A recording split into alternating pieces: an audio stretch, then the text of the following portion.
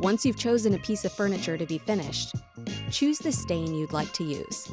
You can pick from water-based, oil-based, gel stain, and hard wax oil stain. Each have their own benefits. I'll be using a water-based stain for easy cleanup and lower fumes. Sand your piece with a sander and graduated grits of sandpaper. Start at 90, then 120, then 220.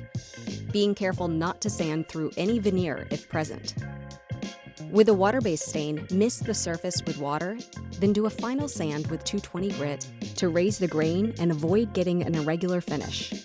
Clean your piece thoroughly with either a damp cloth or tack cloth, and clear your work area of sawdust and debris. You can test your top choices of stains if you'd like to see how they'll look on your wood, either on an inconspicuous area of your piece or on a scrap piece of the same species.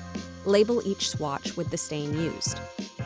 Once you've chosen your stain, stir it well with the paint stick. Apply the stain with a cotton rag or shop towel. You can also use a synthetic bristle or sponge brush. Apply in smooth, even strokes, a section at a time. Wipe the excess stain with a shop towel or clean rag after a few moments.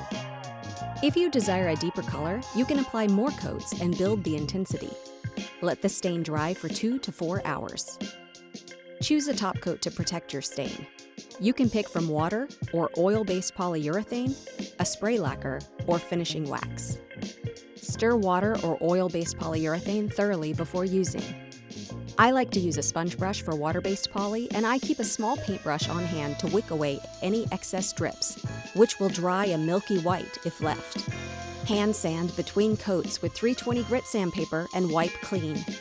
2 to 4 coats are recommended, with 2 hours of dry time between each coat. Once the polyurethane is fully cured, your newly stained piece of furniture is ready to be used.